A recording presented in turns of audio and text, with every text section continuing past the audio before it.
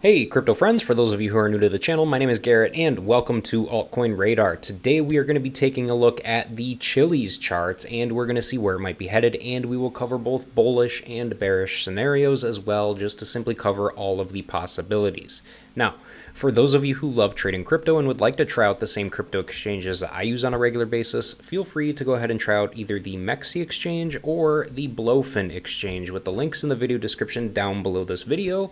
Now, the reasons why I love both of these exchanges: for one, I love Mexi because they have some of the cheapest trading fees in the entire industry, which is very nice because you get to keep more of your profits. Now, the reason why I love Blowfin is because they allow anybody from anywhere to be able to sign up and trade crypto futures. So if you are from the United States and you want to trade crypto futures, you can do it right here on Blowfin. This is actually where I currently trade my crypto futures as well. All right, guys, so let's go ahead and take a look at the Chiliz charts. And to be brutally honest with you guys, for those of you who are Chiliz fans, I do not have good news for you. It is looking absolutely rough out there for Chiliz. As you guys can clearly see here, we've got 1, 2, 3, 4, 5, 6, 7, 8, 9. We are on the 9th day in a row of straight red candles. All right, that is not looking good right now at all, and we've got this nasty downtrend right here going on, and it is pretty darn steep, to be brutally honest with you. But that could mean we are signaling a potential bottom here soon as well. All right, as we all know, you can only go straight down for so long before momentum starts to pick up again and starts to rise again. Now, we don't know when that is going to happen. We can only speculate when that's going to happen. But as far as what we've got going on here, as far as support and resistance levels are concerned, we have got major resistance up here at this high up here at around 16, right around 16 and a half cents or so, and then we almost ended up breaking it. We had this very nice uptrend here where we were creating higher and higher lows each time going upwards, and it was very nice, and we almost ended up breaching that high level up there. But because we ended up failing to break that resistance level, we ended up dropping again, and we ended up dropping even further because people started to lose hope. And I can guarantee you that a lot of emotional investors, not the people who have been holding it for a long time, I'm talking about the emotional people, the people that buy in and they're like, oh my gosh, I didn't get to buy a Lambo yet, so therefore I have to sell and try something else. Those are the types of people that always end up losing. Anyway, regardless of that, that's what ended up happening up here. We ended up failing to breach that resistance area, and ended up dropping and started losing even more momentum, and now momentum is just completely gone right now. But as you guys can clearly see, we had these two very big daily candles to the downside, and then the last 3 days they've been a little bit smaller, which to me tells me that sellers are starting to get exhausted, hopefully, and hopefully we only end up going to roughly this bottom layer here of support right down here at around kind of a little bit less than 7 cents right there, which is a bottom that we created down here at the beginning of January here in 2024. All right, now if this level also doesn't hold and we end up going through there, we do have support down here also at around a little over 6 cents. It's like 6.2.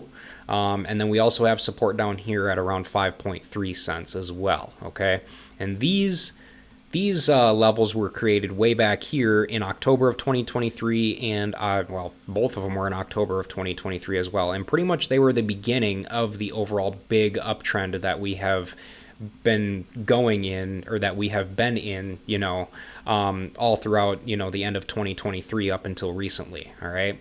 But as we all know, you guys, with every big peak that we end up creating in the macro environment, which is what we're looking at here on the daily chart, obviously things can't go straight up forever, which obviously we were pretty darn overbought way up here when we hit this level up here at around the 17 cent level.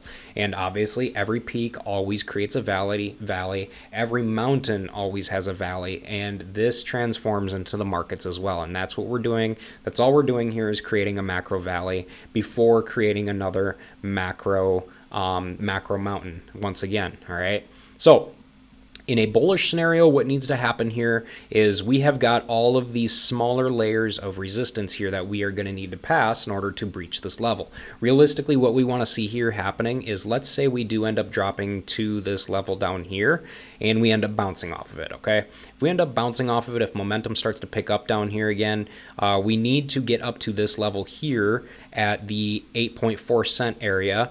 And at that point in time, my guess is we will end up coming back down a little bit just to cool off a little bit. And then we will end up gaining momentum again to go back up again. And at that point in time, we'll be able to cross this downtrend with that momentum in play, and then hopefully end up continuing higher and higher to these other smaller layers of midterm resistance right in here, all right, which would be right around the 10.3 cent area, all right. And then from there, once we hit these smaller layers of resistance, we'll probably end up, cooling off again, coming back down a little bit, and then gaining momentum again and going back up. The whole goal here that we want to do is we want to start creating higher and higher lows all the way up throughout all of these resistance areas, okay? And this is why support and resistance is extremely important when you're trading crypto or when you're doing technical analysis with crypto, because you get a sense of knowing where the different dips could eventually be taking place, all right? So with support and resistance and stuff like that, with support and resistance and chart patterns aside, let's go ahead and turn on some indicators and see what the indicators are telling us overall. I'll start with the RSI since it's already clearly on, as you guys can clearly see it at the bottom of my screen here. Let me go ahead and delete these. And as you guys can clearly see, we are extremely oversold on the daily chart here, all right? Which tells me that, we could, realistically, we have seen assets stay in the extreme oversold area for quite some time, so it could stay here for a little bit longer. But realistically, in the grand scheme of things, we're very, very oversold right now, and we do have room to drop to this 6.9 cent area as well. And if we do end up dropping to that level, my guess is we'll end up bouncing there because we're already extremely, extremely oversold here. Okay, so with the RSI. With the RSI aside, let's go ahead and take a look at the Bollinger Bands. Bollinger Bands are pretty much telling us the same thing. As you guys can clearly see, for those of you who aren't familiar with Bollinger Bands, usually we've got the lower band here, we've got the moving average in the center, and then we've got the top band up here, all right? In a downtrend, price tends to follow the lower band, all right? In an uptrend, as you guys can see back here, price tends to follow the upper band. And then when we start to have movement where we go up and down and up and down, it's usually to retest this moving average right in here. As you guys can clearly see, that's exactly what happened. We ended up breaking through below this lower band right here and ended up coming back up to retest the moving average and then coming back down to the lower band again, and then we went back up to retest the moving average again, and we went to the top band there because we had momentum, and then it kind of was a back and forth play.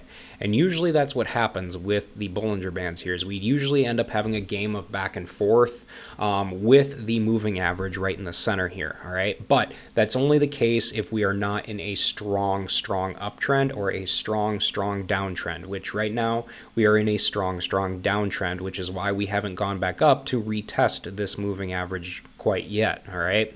Now, the other thing the Bollinger Bands are telling us is the bottom band is currently at this lower support level down here of 6.9 cents, and that's why I'm thinking that we could end up breaking down to this level down here and end up bouncing from there and then go up to test wherever the moving average is. And if there's enough momentum, once we hit that moving average, if there's enough momentum to go through it, we'll go through it and we'll start heading upwards towards wherever the top of the Bollinger Band currently is right there. And then from there, we could end up, let's say the top of the moving average at that, or let's say the top of the band at that point in time is right around this area. We'll hit that top band and then we'll probably come back down to wherever the moving averages at that point in time to cool off, and then if momentum is still strong and we're still good for a solid uptrend, we'll bounce off of the moving average and continue even higher. And that's typically usually how it works with these Bollinger Bands here, okay? They're very, very nice to use. They're awesome to use. I don't use them for, entry and exit decisions or anything like that. They're just great analysis tools. Now, with Bollinger Bands aside, and we'll turn on the EMA, the one thing I'm not liking about the EMAs going on here is, let me go ahead and turn off the 20 period and the 100 period. And all we've got left is the 50 period and the 200 period, okay? What we've got going on here is, I'm sure a lot of you have heard of, death crosses and golden crosses. Right now, we are not too far away from a potential death cross going on here. All right, that's kind of what scares me about this one right now, personally. Okay, if these two lines end up crossing and we have a death cross, we could end up going further and further to the downside. Okay, but if they don't and we end up bouncing off of one of these support levels, I assume that these two lines will start to expand further out again, and that's realistically what we want to see. Realistically, what's going on here is Chiliz is being beat down to death, and it is, oh man, this thing needs some volume. This thing needs some volume very, very bad. All right.